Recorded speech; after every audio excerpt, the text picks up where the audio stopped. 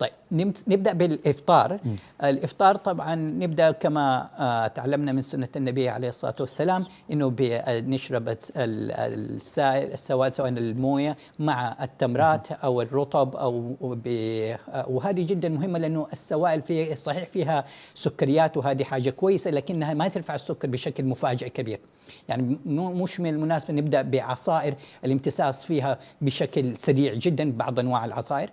بعد كده بتعطي السيدة التدرج جدا مهم، فبتعطي لنفسها فترة من الراحة. يعني تفطر بفطور زي ما تكلمنا كده، تقوم تصلي، تأخذ لها ربع ساعة ثلث ساعة، وبعدين ترجع تبدأ بوجبة الإفطار.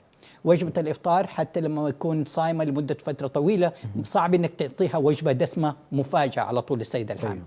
وهذا قد يكون ينطبق بصراحة حتى الغير الحوامل، لكن أكد وأشد إلزامية للسيدة الحامل.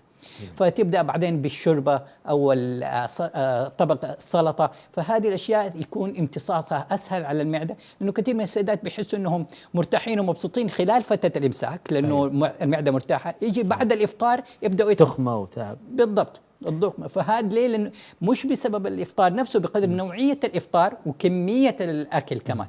يعني عندنا نوعية وعندنا كمية، فكمان لازم يكون في نوعية من التدرج فيها، فهذه بيسهل عليهم طريقة الإفطار.